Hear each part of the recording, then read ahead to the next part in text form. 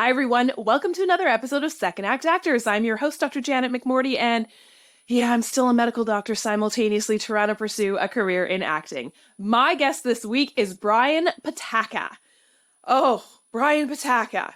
I was introduced to this man on the One Broke Actress podcast. That's Sam Valentine's podcast. If you haven't heard it already, this is not an ad. Y'all know this about me by now. But if you haven't heard it already, definitely go check it out. One Broke Actress podcast if you're interested in listening to another fabulous podcast about acting.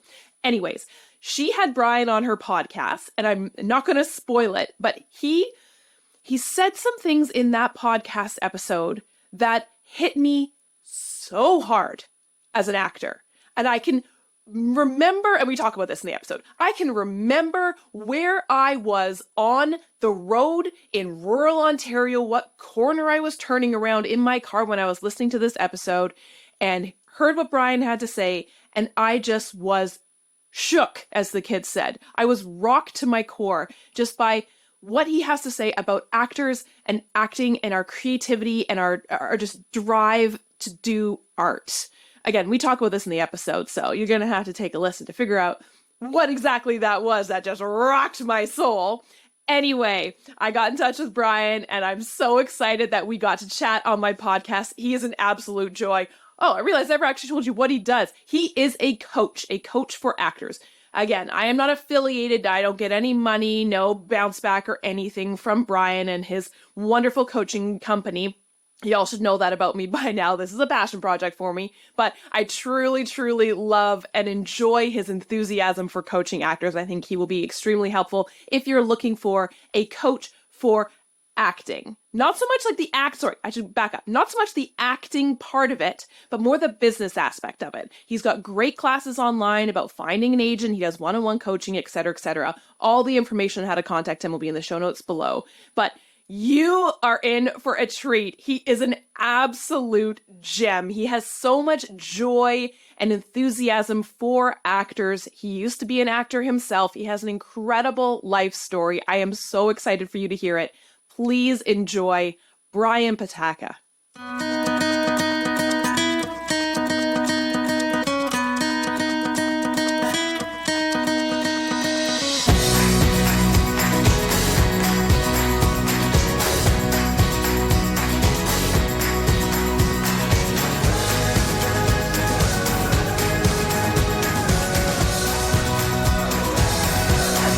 Story. How did you get to become who you are and what you do?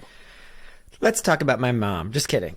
So my everyone else does. They're really okay. So I'll say one thing. I just thought of this morning actually. So when I was a little boy, my mom said to me, "What makes you happiest?" And I guess I was like 4, and I got quiet for a long time, and then I said, "Starting something and finishing it." And as a 4-year-old, like if you want to say like you are who you are when you're born, I think that is really true of who I am. Like I am someone who, this is kind of has a metaphysical meaning and a baseline meaning. And metaphysically to me, it means like, I think that actors and creative people in general, if you're not pursuing it as a profession, you've secretly pursued it in other ways you didn't realize. Like if you're an actor, maybe you were the one who was always volunteering to do the presentation at your corporate job, or you were doing community theater, which feels like a more direct line to it, but you also could have been like, I like to do public speaking, or I like to give the toast at the weddings. Like it's leaking out of you your entire life, I think, in some way. And particularly for your audience who's coming to it as a second act, I'm hoping that many of them can relate to the story of like, oh yeah, I was doing it in high school, and then somebody told me that I needed to have a real job, so I went and did something else instead for a while, right? And so, but it's still, I think it always leaks out of you what your main purpose is, the thing that you're meant to do. And for me, I grew up in a very white suburb of Cleveland, where I went to school with 2,700 people. It's the largest high school in Ohio. And could not express that I was gay out loud, because if I thought that I was gay, I probably would get beat up. Like I couldn't say it out loud. Other people were, of course, teasing me, calling me names and everything, but I couldn't even contemplate it for myself, because to contemplate it for myself was to put myself in danger. Just to kind of put a side note of the toxicity of this high school. Since I left that high school, 3 people committed suicide, all of them being gay, which I think is, since then they've done a lot better. But to just say that there was like one Jewish person, one black person, one Asian person. So diversity was not a thing that I grew up with. So the theater was the safe place to be. right? Getting good grades and being in the theater was the way that I protected myself, I would say. And when I was on stage and when I would make people laugh, I was like, oh, I feel at home here. And I think that everyone has that experience at some point or another of where they're meant to be home, whether that's quietly writing or painting or doing accounting. Like you have this feeling like I am at peace here. And I think that is a something from the divine. I think that that's something that means more than just like, I like to do this. There's something from beyond saying this is where you're meant to be. So I wanted to be an actor. I went to school at Northwestern, which is a great theater school in the States. And so I was like, I'm going to go here and I'm going to go to New York, and that's what I'm going to do. And of course, the whole time I was being an actor at Northwestern, I was also like producing shows, and I got really interested in marketing and how was I getting butts in the seats for the audience whenever I was producing a show while also acting. And my first job out of college was at an advertising agency. It is called Sereno Coin. It is the #1 advertising agency for Broadway shows around the world. So they are known in London and in New York and LA and all over the world. And all my clients were Broadway shows. And so I was this, 22-year-old guy, and my clients were Kiss Me Kate on Broadway and the Public Theater and On the Town and Bringing the Noise, Bringing the Funk and all the tours of these shows. And so it was the coolest place. And I was learning how arts were advertised. And after 2 years, I said to my boss, I got to go. I got to be an actor. Like, I don't want to grow up to be you is actually the exact language I used. We're friends, so it was okay for me to talk like that. And I got into a show right away called The Donkey Show, which ran for like 7 years off Broadway. It was a Midsummer Night's Dream told through disco songs, directed by the now Tony Award-winning director Diane Paulus. So I was super lucky with great creative people. And backstage, I'd be with this, cast of 10, let's say, it's a tiny cast. And so we got really close, and I'd hear them saying, it's a hard time getting an agent. I'm having a hard time getting auditions. I can't get seen for this. And I was like, are you crazy? Like, I am on stage with you every night and you're brilliant. That is not okay. And so I just had this resolute, I think not typical, like, that is not the way things are going to work kind of relationship to the business where like, no, that's not how the business works. And I think some people might have a relationship with like, that's just how the business is, or the business is tough. And like, I was like, no, that's not how the business works. And so I started coaching the people backstage of how to do their career better. And somehow the stars aligned and people started getting agents and getting auditions, and it was changing for them. And then people would seek me out. And I was like, oh, I love this coaching thing, but I also loved acting. So I wasn't going to leave acting. And so I kept coaching. I think I was very lucky because I was very successful in my acting career. I made my living as an actor, and coaching was just like the side thing that I did. And I made my living from doing a lot of commercials and doing TV. And I was doing great in New York. And then I came to LA, and I was doing great in LA. And when I was in LA, and I was still quietly coaching all along the way. And when I was in LA and I was on set for a TV show, and I had to cancel on a few clients to be there. And I was like, this is fun, but it's more fun to be with my clients. And it was a real wake-up call. Surprising, uncomfortable at first. Wait, can that really be true? Is that really how I feel? What does it mean? What about going to Northwestern? All the thoughts you could possibly have of, am I a failure for saying acting is not the thing for me? Because I wasn't a failure in my acting career, so it wasn't about that. So I was lucky. I think that happiness begets risk. So when you're happy, it's easier to take something a little riskier. When you're fulfilled, it's easier to take something risky. So I was not like, well, acting never happened. I guess I'll become a coach was not my relationship with my coaching. My relationship with coaching is I like coaching better. And so I was off and running. So it took me 2 weeks to say, oh yeah, acting's not the thing. And I was like, okay, I'm coaching. And I'd already gotten life coach training. I've subsequently gotten reverend training. I'm a non-denominational reverend, which means no religions, all religions, no dogma, no doctrine, just the spiritual truths that are the truth of any spirituality in the world, basically, is what I believe. And so what that sums up to is I believe that creativity in our calling is our birthright, and that it is important that you take up that space. And so the reason why I even sought out that reverendship, which was not like hey, I'm going to marry my cousin in 10 days. Let me go online. It was like a 3-year program. It should have taken me 2 years. It was very exhaustive, just so everyone gets a picture here. I wanted that reverendship so I could use the language around creativity that meant something to me, that actually connected the dots. And so to me, of course, I was an actor first, because if I want to have deep empathy with the people that I'm working with, I needed to be in those settings. I need to be in the room in that kind of pressure. I needed to not get some jobs in the past. I needed to know, like, how does a casting director offer to work? Like, I need to know some ins and outs of it, right? Because it's the difference between being a coach who's like, all the answers are inside of you, which, yes, I believe that. And also, let me tell you how to reach out to agents, right? Which is like something I'm really good at. So there's a difference between just all the answers are inside of you and like, let me give you some practical steps.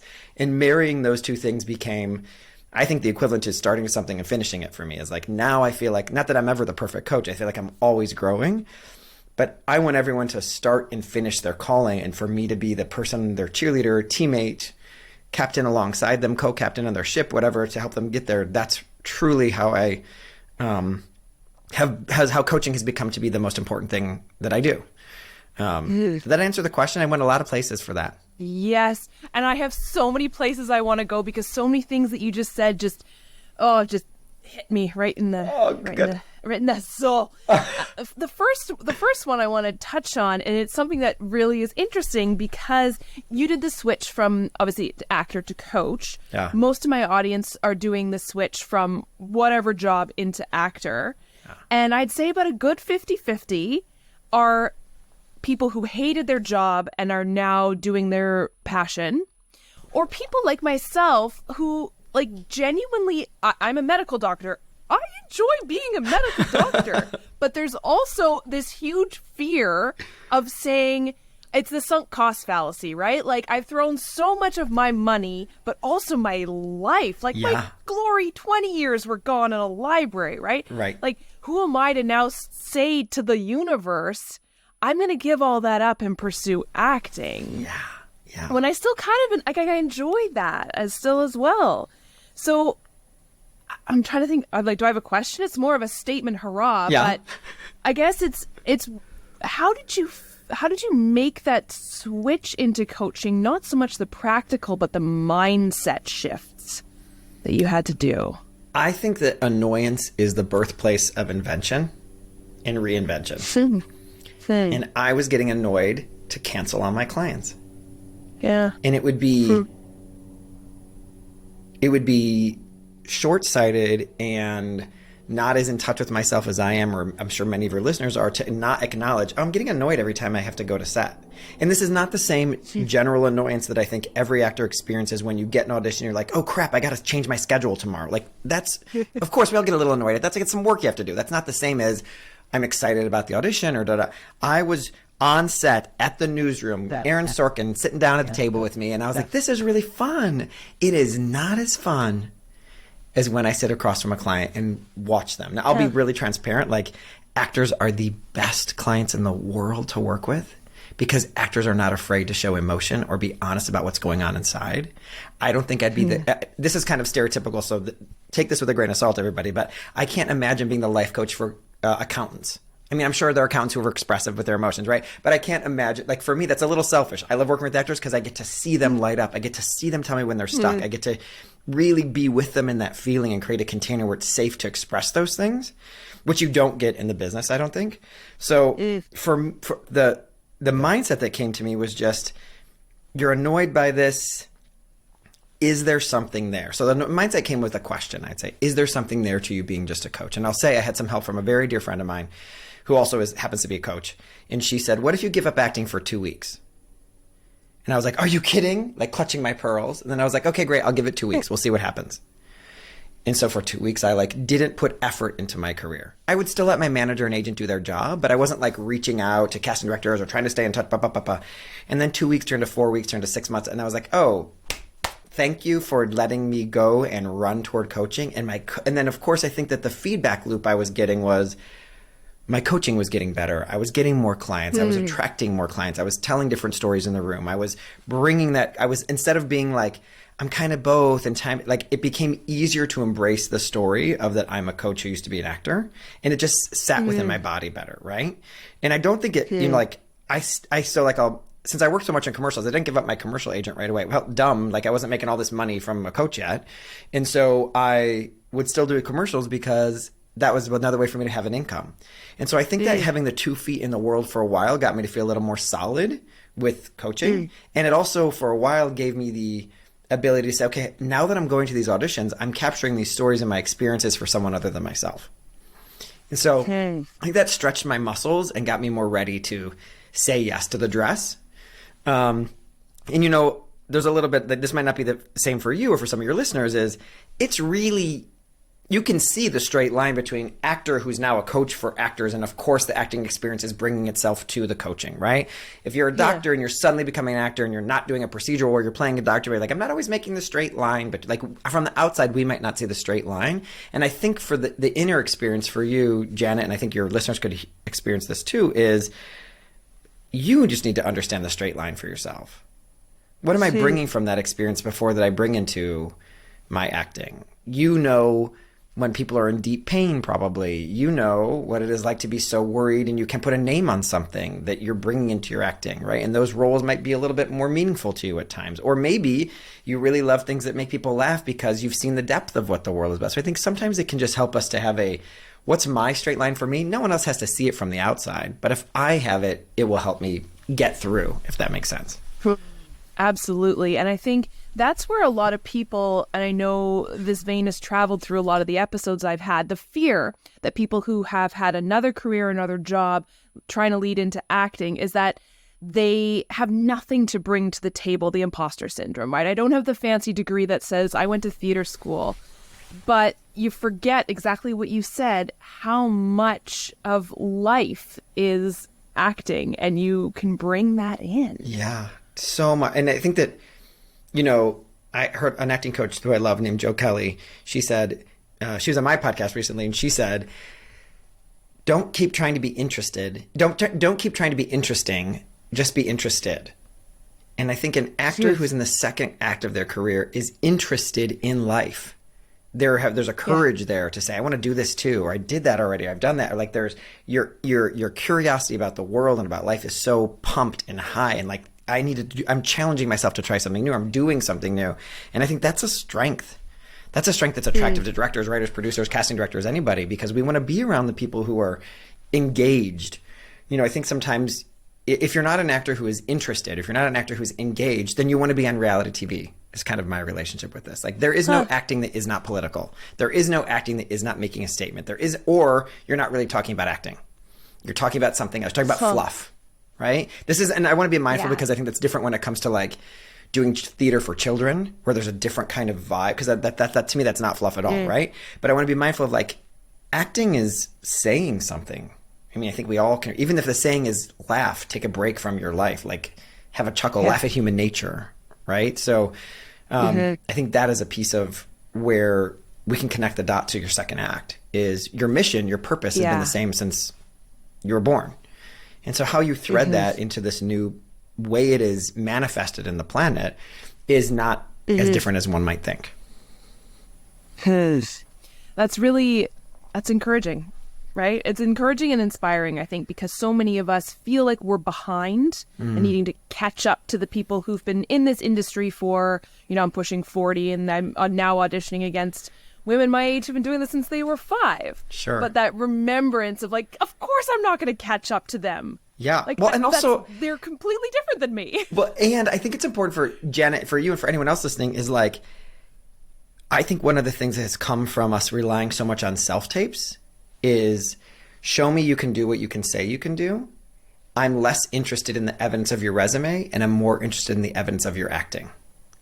And no one has a leg up on you in terms of their acting, unless you like are not studying yourself. Like I'm sure someone could have like, I went to Juilliard and I studied for 1,000 years, blah, blah, blah. But when the scene's in front of you, they have to perform the scene in the same way you do. So give your version of that story the best way you can, because I think that is getting people to the front of the line where there kind of isn't a line. But if you're imagining a line, that we are looking at the evidence, show me you can do what you say, what your resume says you can do, is bigger than your resume is getting you in the room at this point. So I think it's important to remember the way the business is going is more evidence-based. Gotcha. Yeah. Can you take me through, so say like an actor comes to you saying, Brian, help me. What does that look like kind of from the beginning? Sure. How does that work when you work with clients? So I want to full transparency. The way that I work with clients is a few different ways. In a program, which is like a group coaching program where it's specifically geared towards a very specific goal. So let's pretend you said, Brian, I want more auditions. There's like 3 tracks that actors work on as far as I'm concerned. I want more auditions, I want representation, or I want new representation, or I think I need to leave my representation. It's all the representation conversation. Or I don't know what to do next. I don't know how to get to the next level. I don't know if I should, like, my ambition is bigger than the opportunities in front of me, the stuck kind of version. There's like the 3 paths that I think we run on. Yeah. Now, of course, there's headshots and reels and all those things that can go into any one of these, but those are the 3 paths that usually come in as the thing that's coming up.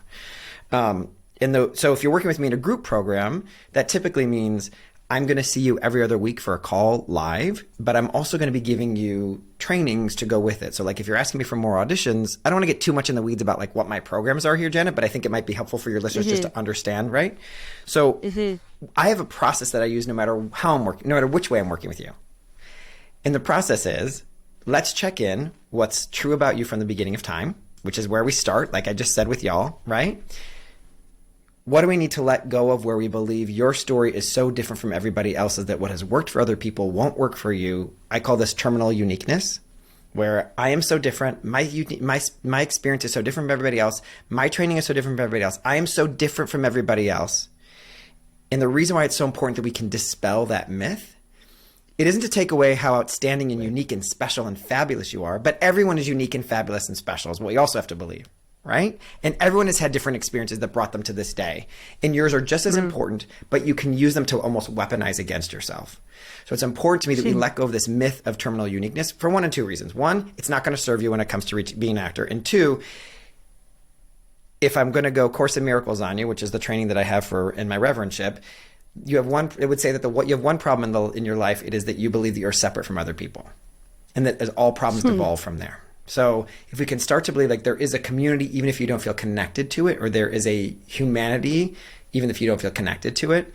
And then I think part of what comes in at this initial stage is also some forgiveness of self, forgiveness of the high school teacher who said you weren't any good, forgiveness of the parent who said, I'm worried about you becoming an actor because I'm afraid you won't make any money, forgiveness of the husband, wife, partner who was well-meaning but said, you got to make more money. We're not going to be able to buy that house. Forgiveness of the child who took away 20 years of your life, like the forgiveness that we need to bring into the conversation so that you can be clean, be cleansed and say yes, right? And then the next stage that I take them through, no matter which one of these is, demystifying like what that really looks like to look for auditions. So like let's use auditions, for example. For auditions, I just want to get more auditions. Great. Let's go to the #1 road that all auditions travel on. Do you know what that is? It is Actors Access or Casting Networks or Spotlight or one of the websites that are where the #1 jobs in the world are cast. Every time I sit down with an actor and I open up their profile with them, oh, this isn't right. It's not up to date. Yep. So this is your reminder, everyone listening. Go look at your profile and find the things that you forgot to put on there. We send a set it and forget it, like auto bill pay or something. That is you can do all the fun stuff you want to do to get auditions, but that should be the gold standard of where you put your time, energy, and money. So that should look absolutely amazing. So one of my programs is devoted only to your casting profiles. Of course, we get into headshots and reels and all that stuff, but that is what you need to focus on first. It's called Audition Magnet for those who care, right? So I just want to make sure that that's clear. So demystifying, I should be reaching out to casting directors and I should go to workshops and sure, maybe this first, right? And then we can come up with a plan for beyond that. Because chances are you've probably met everybody you need to meet in your career for your career to happen. And we tend to think it's about meeting more people instead of fertilizing the fields that we've already planted. So Jenna Fisher talks about this from The Office. She says, like, I know 6 casting directors and I just love those 6 casting directors and they loved me and that's how I got The Office. We don't need every casting director to love us. So that's the demystifying that part of it, right? Like getting rid of the noise that we've heard about. I should do what everyone else is doing. This is where we get contagious with other actors who've told you things on set, right? Let's go back to get clear on what their business is really like. This also comes true for representation because there's so many lies about representation.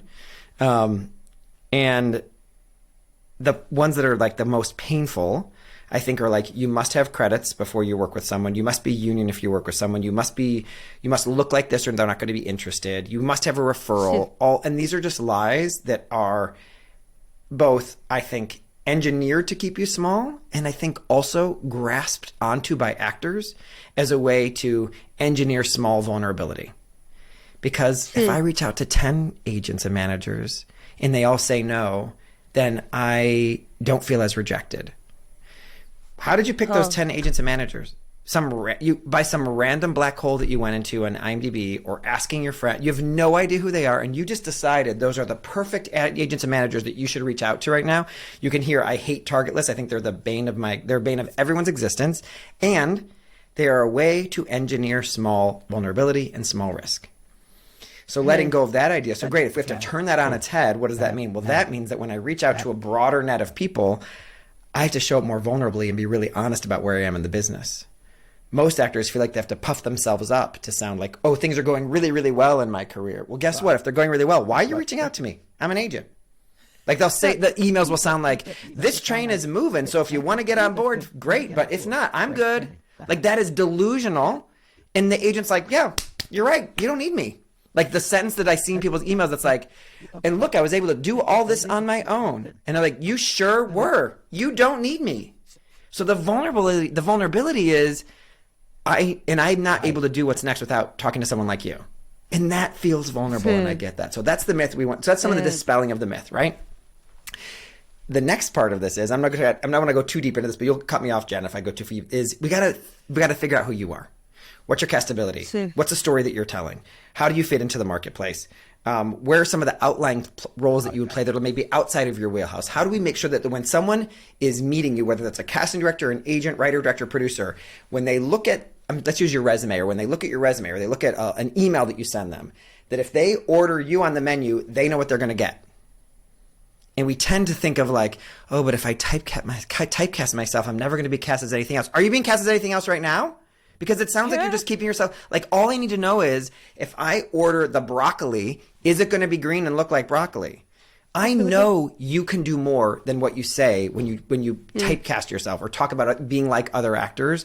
I just need to get a sense of what it's going to be like when it's on the plate. Because I'm not going to order a complete unknown thing for dinner.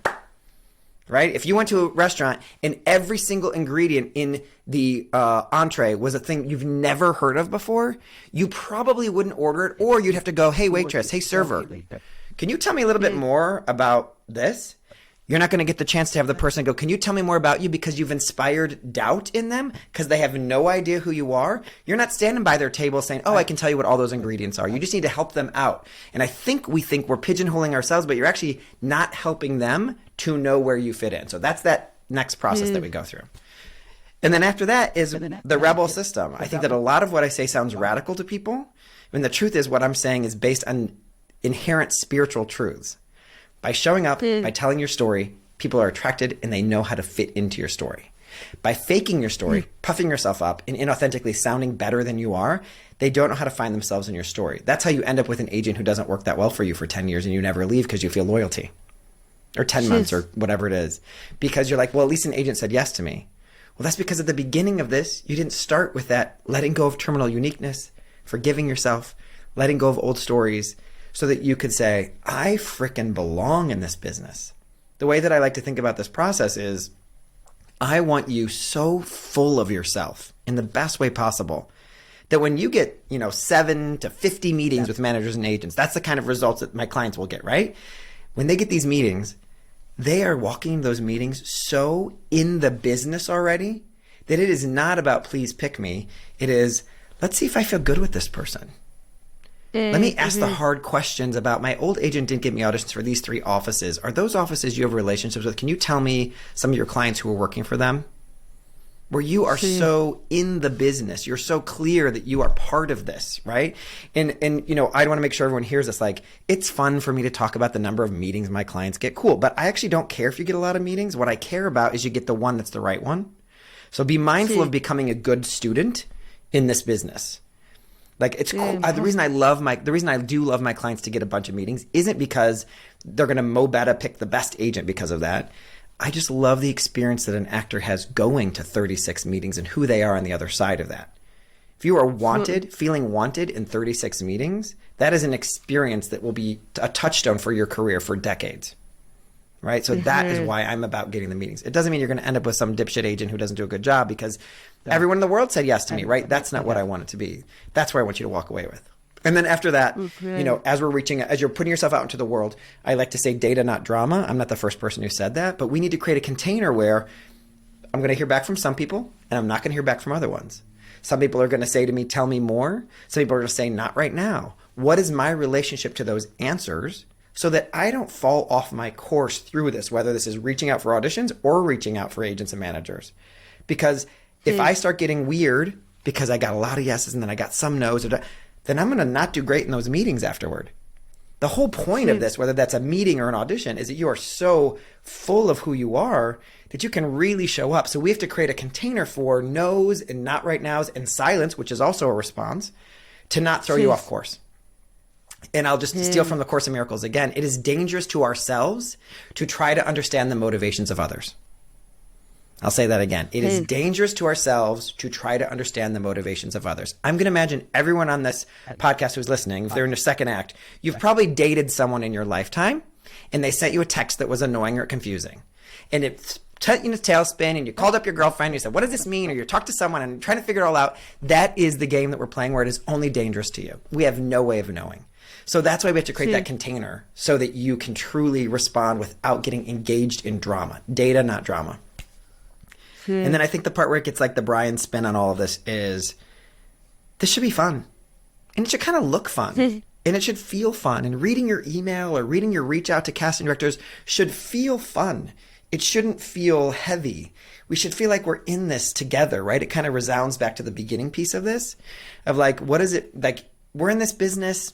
We all know this business is weird. We don't have to pretend that it's not. So I love it when someone will say like, like they'll get a rejection from someone, let's say casting or agent manager, and they'll say something like, thank you so much for getting back to me. This is as you know, this business isn't a business where we always hear back from people. So it means a lot just to know where things stand. And this is a small business, so I'm sure our paths will cross in the future. And I look forward to that day. Take good care, Kelly. Right? That is an agent who you can reach out to 3 years from now, 3 months from now, because you've done such a good job of like, I'm not butthurt that they didn't pick me. Thank God they didn't pick me because they would not have done a good job for me. I'm a huge fan of getting a no. Thank God you got a no, right? You get to cross that person off your list who you've been holding space for. I love that, right? And then the last piece, of course, is the, push the boat out, go public, reach out. And that's the process that I work with, whether that's about more auditions or about it's more agent. I think in the examples I gave, it sounds very agenty. That's just kind of where I've been working with clients a lot lately. But it applies to all of these other areas as well. Does that answer the question? It does. And I'm curious. I'd love to hear your opinion on developing vulnerability from two kind of areas, because I know a lot of people, the second act actors, have a difficult time being vulnerable artistically as an actor because one, they don't have the training, and two, they've developed emotional restraint with their day job for decades. Don't show emotion, right? Yeah, exactly. Yeah. Don't, right? Go hide in your room and cry, son. But so vulnerability artistically, but also the vulnerability you're talking about to not only get rejected, but to be vulnerable enough to not puff yourself up. Yeah. Because I think that comes from fear. Yeah. Right? Yeah. Like that fear. And also because this career is such a long shot. So it's almost like there's a relief when you get rejected because you're like, yep, everyone was right. Yeah. It's a long shot. Oh, and that's such a painful one. Scary, vulnerable place, right? Yeah. How does someone develop that, especially later on in life when they're a bit of an old dog? Yeah. Well, one of the things I want to say to everyone who's listening is I'm really delighted by the fact that all of my, let's just use the word older without a lot of baggage attached to it right now. I'm just going to use the word older. If you are 28 and you feel like you're older, this can apply to you too, right? My older clients always have success reaching out to agents.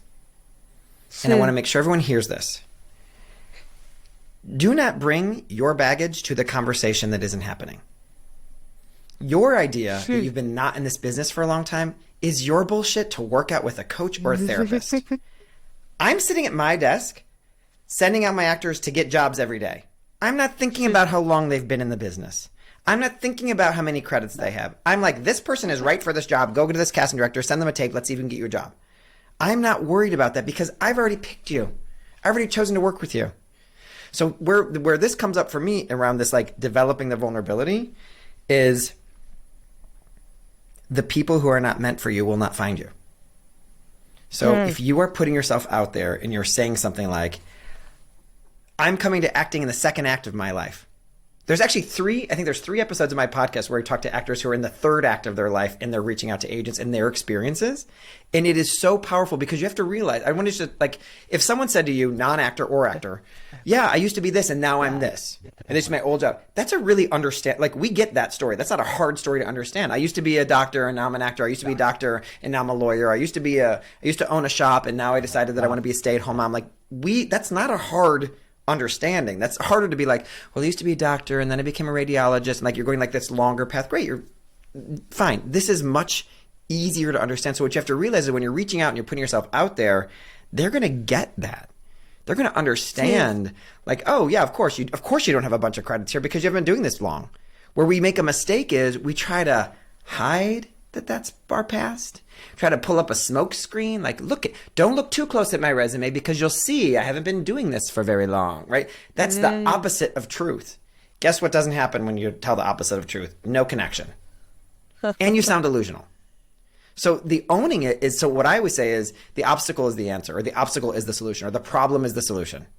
Hey, I am just coming back. I'm coming to acting for the first time after having a previous career as a very successful doctor. When you look at my resume, you'll see there aren't a lot of credits, but my training makes up for that. Here's a tape to take a look and see what I can do, just so you can see if I line up with the kind of clients you're sending out day to day. Let me know if you'd like to set up a meeting. And that's not all I'd say in an email, but like that's the energy behind the email that I would send. Because the email that we would typically send, or the reach out we would typically send, is something like, I just booked this, and I just did this, and I just did this, and I just did this. Let me know if you'd like to meet, if I can fit somewhere into your roster. And like, you've just given me like, well, yeah, my clients already have all the, like you have reduced yourself to your receipts. So I'm only going to look at your receipts. So if you're saying I booked this, and this, and I'm like, yeah, those aren't a big deal to me because I have clients who book more than that. But if you're saying, please, when you look at my resume, please let me fill in the blank, let me, don't read between the lines because I'm going to make it explicit for you. I am coming to this for the first time. I've only been in the business for 3 years. Like I'm saying it directly to you because what we tend to do is allow our resume to speak for us, and it doesn't. Because I know you have had incredible almosts. You've had incredible meetings where the film didn't happen, or you did a film and you ended up on the cutting room floor. All these things that have happened. You had a great acting class and you're not talking about that acting class. You're not saying what your acting teacher said to you. And you have no business knowing what that agent or manager or casting director needs. Get your fingers out of their pants. You have no idea if they need you right now. And you're deciding, well, they probably need me to have this, and this before they'll work with me. You have no idea. What if that agent is like, I love working with people who have started acting in the second act of their career. Or I love developmental clients. Or we're always looking for actors in this category at this casting office. We can never find them. I'm so happy this person sent this over to me. Whenever I talk to an agent, because I talk to agents all the time because I want to make sure I'm really delivering the right thing for when my clients reach out to them. We don't have enough people in our older age ranges. So just like, that's like insider knowledge. I don't even care that you have it because I really want you to believe the other stuff first that I'm saying to you. But like, just know that piece. And then to bring the vulnerability in, it is not going to feel, it's not going to feel natural at first. Because at first, you're going to want to bring to the table, I'm reaching out for a job. And let me make my cover letter sound really good. And let me pump myself up so they really think I can do this job. This is acting. It's not like a normal job. Are you the person who this story looks the best on? Not the best out of everybody else, but because it's the story that this director wants to tell. Which is why you went in, you're like, the other people in the waiting room or the other tape didn't look like me at all, but I got the job. Well, because you just happened to be what the story looked the best on. This is not about, someone's better than someone else, right? Leave the questions of being good or bad for acting class. Do not bring that question to an audition. The question of the audition is, can you make this, how does this story look the best on you? My wish is that every single person who submits a tape or goes into an audition room is giving their their best version of the audition. So that the casting director goes, great, we saw chocolate, vanilla, orange sherbet, rainbow sherbet, strawberry, and they were so delicious. Which flavor did you like the best? right? And so that is where the vulnerability comes. It comes in like, let me do this my way, not the way that I think I'm supposed to do, which is why I think it's helpful to work with like a really nuanced acting coach who can help it be like, are you really telling the story of the scene? Your way into the scene looks like this, as opposed to her way into the scene looks like that. Like that's part of the magic there. And I think part of this uncomfortability, the comfortability with vulnerability comes from the practice. Right? One of the things I think everyone listening who's a second act actor has going for them is you have age going for you. You're not going to, let's not sweat the small stuff. Let's not waste our time. Leave that to the 24-year-old actress who just got out of college who's like, I should already be a star, right? That's not the game we're going to play, right? The game we're going to play is how can I be more honest about the fact that this is me coming to this for the first time? And did you watch my tape? Because you can't tell that because my tape is freaking bomb. So your goal should be, I want my work that is out there to be amazing, and I want my reputation to be impeccable. Not, I want to make up for what I don't have. I'm going to be present in my career, not in my past. No one is looking back behind you. Only you are.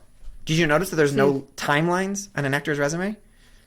We get stuck in chronology. There's no timelines in an actor resume. No one's looking at what happened in what year, right? So be really mindful of the business understands that the breadth of who you are is what you bring to the work. We sometimes want to keep reducing ourselves to exactly what's on the resume. So it's so important that you fill in the line. So that's why a lot of the beginning of this whole process when I work with people is tell me the story of what it was to be an actor. And it starts to where we started this conversation. Oh, when I was in 12th grade, I did the lead in the musical and it did something to me. And this one teacher said this thing. I remember my mom said to me and this is very well intentioned and I didn't take it the wrong way. Thank God I had the wherewithal. But my mom said to me, she was very worried face. And she said, I think only famous people's kids get to be actors. So my mom is defining Nepo babies before Nepo babies was a thing, right? And I'm like, and I knew that was not, don't be an actor, Brian. That was, I'm worried about you because I want you to be successful and experience success in your lifetime. And I like shut her down right away. I remember like, no way, mom, that's what's going to happen, right? And I think that's like the ambition of youth, the kind of at that time. But looking back on it now, I can say it with such different perspective. That is what you have as someone who's a little older. You have this ability like, I don't need to sweat the small stuff. The job that wasn't for me, I didn't get. That what's not for you will miss you or whatever. Like rejection is God's protection, whatever word you want to use to say that is, right? So what's meant for you will come to you, some people say, right? Yeah. And that may sound a little woo-woo and great. If it works for you to walk away from the audition easily, then use it. Use what's going to give you staying your most present. What I would also say is, who's the astrology who has is it the Libra who has the weight that's holding the scales? Yeah, is it the Libra? Yeah, I don't know. Maybe. Okay, anyway. So if you're holding the scales and you're like, I've put more energy into my acting career, that means I'm an actor. If I put less energy into my acting career, more being a mom or more into my medical career in a given month or whatever, like no one is doing math. No one is doing math but you. Can you let yourself off the hook? Can you reinterpret that thought to, oh, dang, I want to be doing more acting? Instead of I should or I'm abandoning acting because this month was a month where I couldn't do auditions or I couldn't go out for my acting class. And then the last piece I'll just add to this is if you are feeling out of sync, chances are you haven't acted recently. Do not forget your calling is to be an actor. When you are doing anything other than being an actor, you are out of your purpose on this planet. So your diet you've put yourself on unintentionally maybe. I haven't gone to acting class in 6 weeks and I'm really stressed out about my career and I'm struck. Yeah, because you have not been in expression of your calling for a long time. Acting does not mean you're on set. Yeah. Acting does not mean you're on stage. It means that you are doing that process. Van Gogh did not go out in the field and paint over and over and over again because he knew every single painting was going to hang on a gallery because he needed to. Now, there's other things that go on with Van Gogh with mental illness. We know that. But I just want to use this as an example of we have to be in our purpose or we will be misaligned. So before you start reaching out, which is what most people do, especially if you've come from a different career, what are the things I need to do to get more auditions or get more work? The first place that I say to everyone is, when's the last time you acted? And then we can start this conversation. But let's get you acting for a couple weeks because the conversation's going to change. You're going to feel more yourself. We're going to make bad decisions while you're malnourished. We need to take care of the hierarchy, the triangle of food and shelter and da. One of your triangle is I need to do some acting, and then I can make decisions about my career. That was a roundabout way to answer your question. Hope it got somewhere. Absolutely. Well, I know the biggest thing that I know I struggle with is lack of control, because I came from a career that is very, you have to have control, otherwise people die. You follow the algorithms and people live or not. If you don't, like if you fall off the train, you can't. It's science. Where in acting, as you know, I know you hear this all the time, there's such a lack of control. So where you can find control is the business of it. Is like, I'm going to read a book about acting. I'm going to take more headshots. I'm going to take more business of acting classes, because that's what I can hold on to. And it's so funny how often I do that and then I don't do the acting.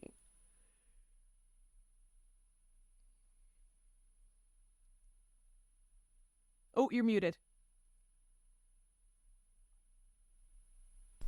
So remember, you don't actually have control of the business. You just have control of the actions you're suddenly taking inside the business. God damn it. So you just have a false sense of being engaged, right? Yes. So, yes, take actions towards your business. But here's so the way that I work with people is we establish habits. So the way I think about that is in a quarter, so January, February, March, right? What are the habits that you're doing every single week? What are the habits you're doing every month? What are the habits that you're completing by the end of the quarter? So that you've got this many newsletters sent. You've done this many workshops. You've done this many meetings with new people. So that we can track, oh, when I send that many newsletters, the next quarter, it looks like I get this many auditions. Because most often, actors are much harder on themselves than they need to be. Now, I'm thinking that to the people who are listening to this podcast, right? There's some actors, like, the auditions will come. I just need to sit around and wait for the phone to ring. Like, I'm not talking to those actors. I'm talking to the ones who have the ambition that you're talking about, Janet, right? Your ambition, you need to admit this to yourself right now. Your ambition will always be bigger than the opportunities in front of you. It is the same for Nicole Kidman. She's wishing a different film would be written and offered to her. It is always going to be bigger. It is always going to be bigger. So you have to be like, okay, great. Cool. I don't always have to feed my ambition by taking action that may be pointless. So like administrivia bullshit that actors can end up doing, right? So check out if you've been acting recently and then ask a new question. Have I loved up on, have I nurtured the relationships that I already have? And I think that I know that actors focus on casting directors. I just want to make sure we all get every actor in the world focuses on casting directors. Can you please listen to this piece of, I think, brilliant wisdom? I don't know if it's mine, but I'm giving it to you now. Writer, director, producer. Those are the people. So Janet and every actor listening to this podcast knows who the top 5 casting directors in Toronto are and knows their addresses and how to email them and when they're doing workshops and how to reach out to them. But what's different about Janet's career is she's interacted with different director, writers, and producers.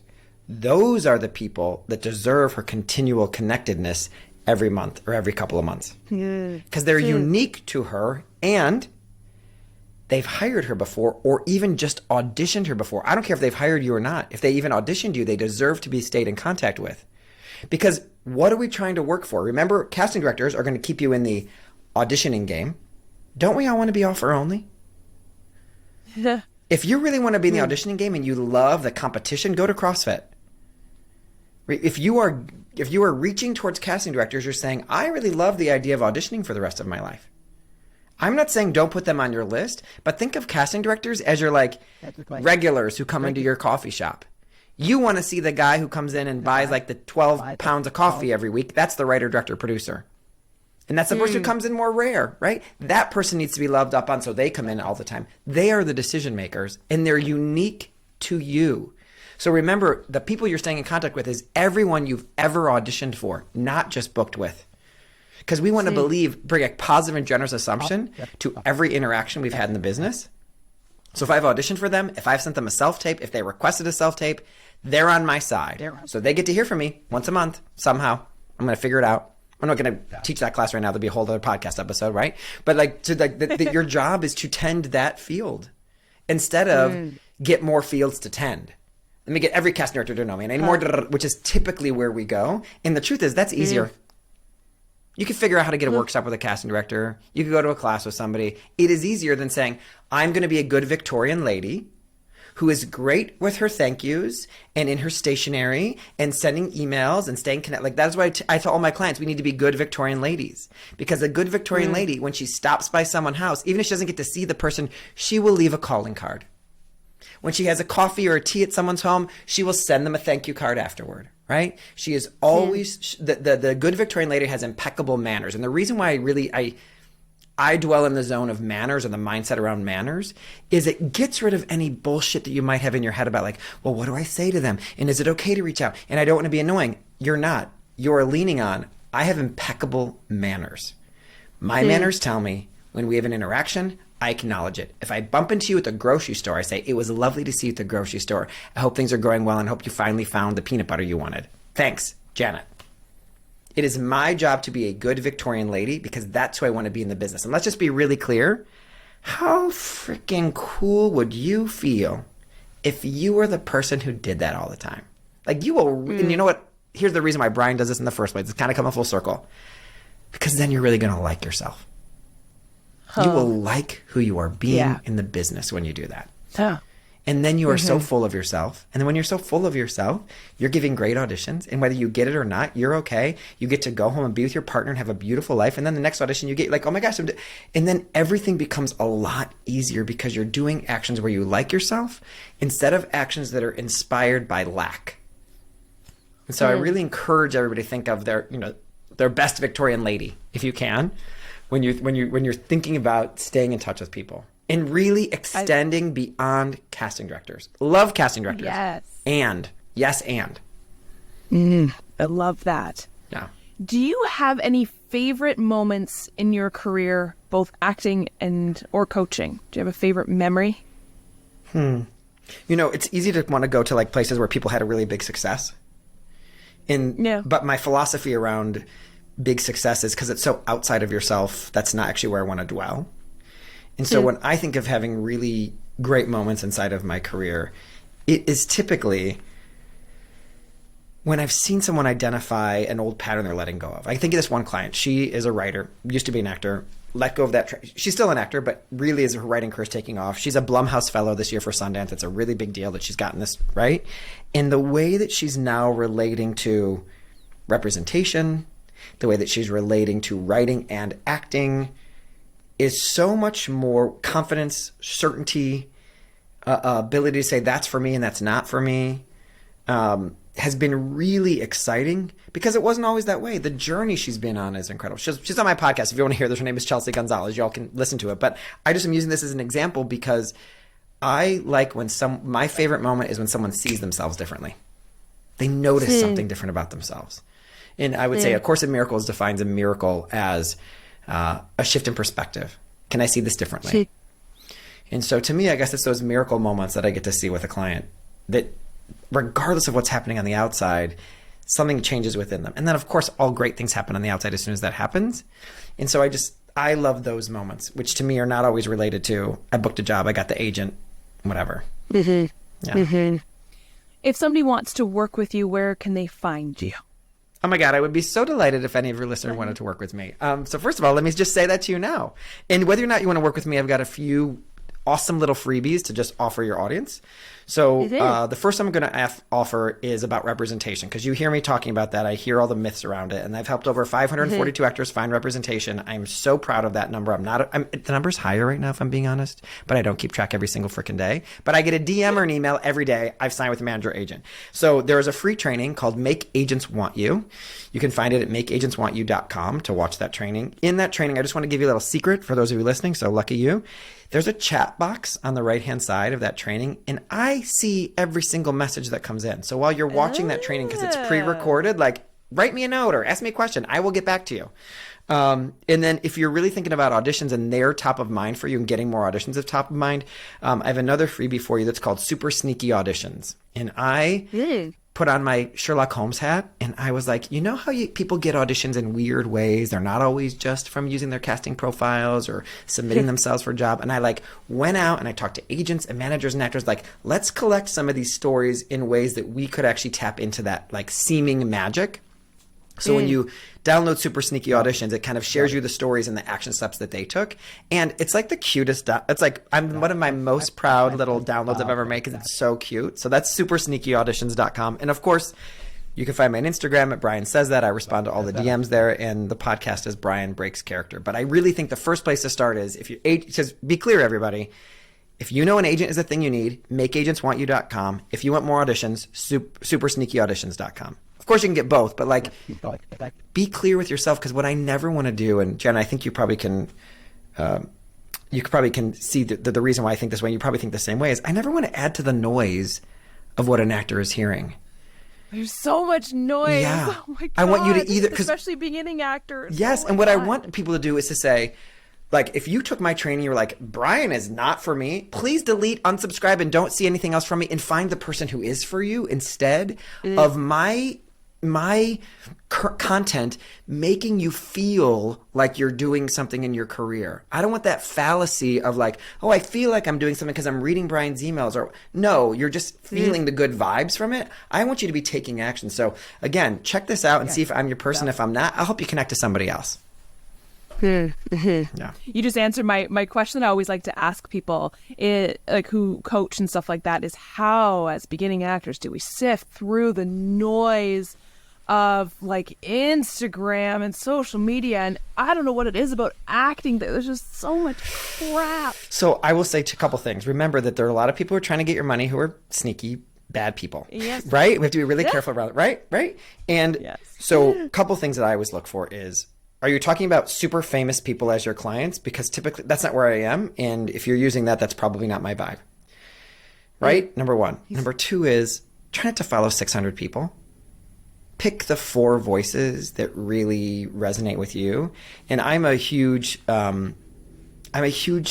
this is not the right word, but I'm a huge fan of integrity. So like, I want to see that they're walking the walk, which doesn't mean that someone doesn't have personal growth as well. So they're saying, oh, that was a mistake, and now I'm doing it this way. Like, I want to see that vulnerability and authenticity in someone who's coaching. If someone just holds them up as, I am the expert in all things, I will be resistant. I'll just be very clear. I'm like the most annoying client for a coach for the first 8 minutes, because I hate every coach in the world for 8 minutes. And I think I know better than them. And then about 9 minutes, I'm like, oh, I can relax and I can listen now. So I would go for like, who are the people that you listen to where you're like, oh, I can relax and listen. I don't feel talked down to. If people are using the words like the secrets of how to do this, right? Super sneaky auditions is like my secretiest word I'd ever use, because to me, they feel sneaky. But like, if someone, let me show you the secrets of how to whatever. I'm always like, who are you? Is this Aladdin's lamp we're rubbing here? You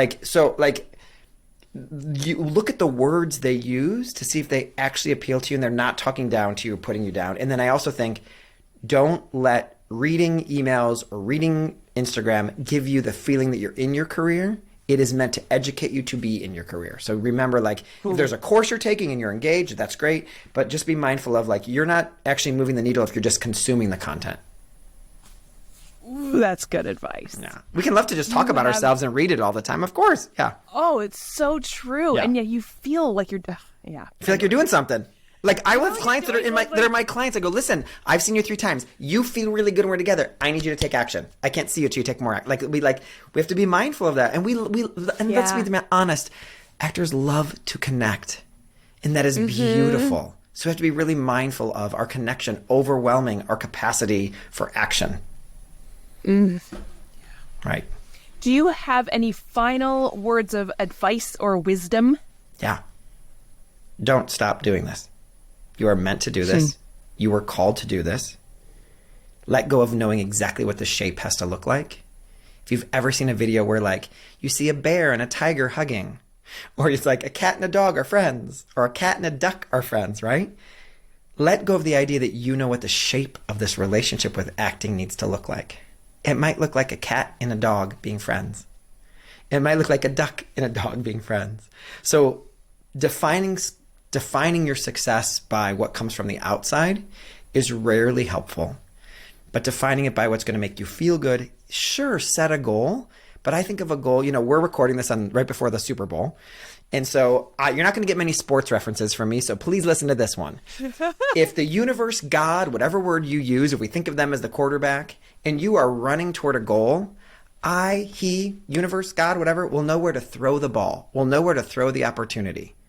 If you're running all over, trying everything new, Ava Perón, there's your musical theater reference, then I'm not going to know where to throw the ball. I'm not going to know where to throw the opportunity, even if it's an opportunity that will take you in a different direction. So keep doing this, keep walking toward it, take right-minded action, and keep acting first, and then deal with the business, right? That isn't to say don't start auditioning. That's just say make sure you're taking care of that, tending your field of where you're doing your craft first. And if you need help with that, y'all know where to find me. I'd love to talk to you. I love it. Thank you. I have to say, as we wrap up, so I had heard before your team had reached out to me, which I'm so thankful that they did. I'd heard your episodes on One Broke Actress, and you had said exactly what you just said there. You're called to do this. And I can remember the exact stretch of road I was on when I was listening to that.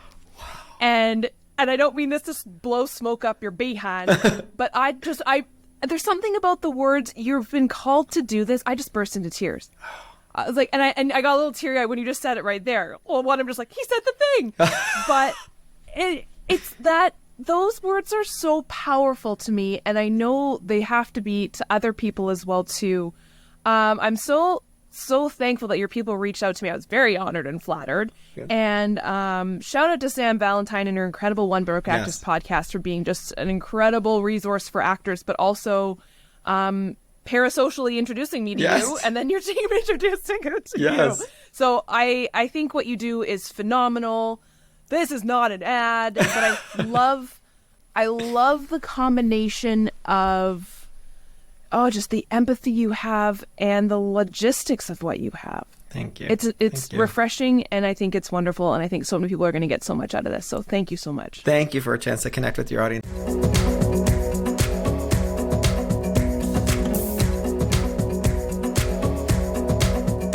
Thank you, everyone, for tuning in. And thank you, Brian, for being my guest this week. Thank you so much for bringing your energy and your light to my podcast. I absolutely loved talking with you. And I will never forget the things that you said on Sam Valentine's podcast. That will stick with me forever. Thank goodness.